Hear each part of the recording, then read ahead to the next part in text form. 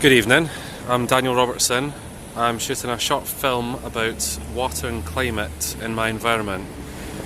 We're standing here on Vauxhall Bridge in central London, and the river you see in front of you is the River Thames. We're about 8 miles upstream from a wonderful piece of engineering, which is the Thames Barrier.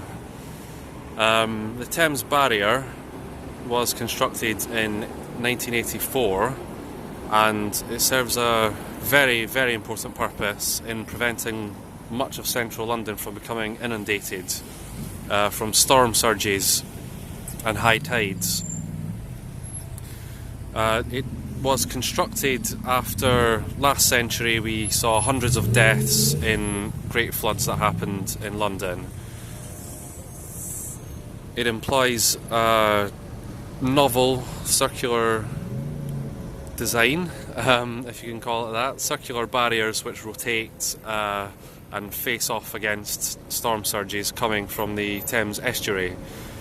The barriers are put up to protect the centre of London, and when the water level falls again outside of the barriers to the level that we see upstream, the barriers will then be placed down again into their natural position, allowing the water to flow freely.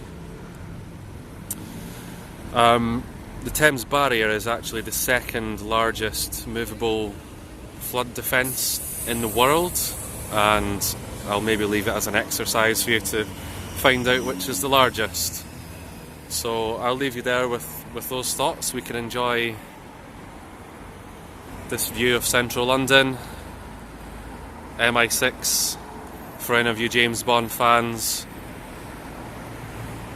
and hope that this might continue. You can see the all these red dots, the cranes for construction works which are continually happening in London.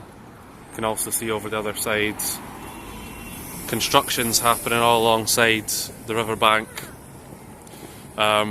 which will be contributing to subsidence and runoff and placing ever more pressure on our flood defences and water systems. Thank you very much.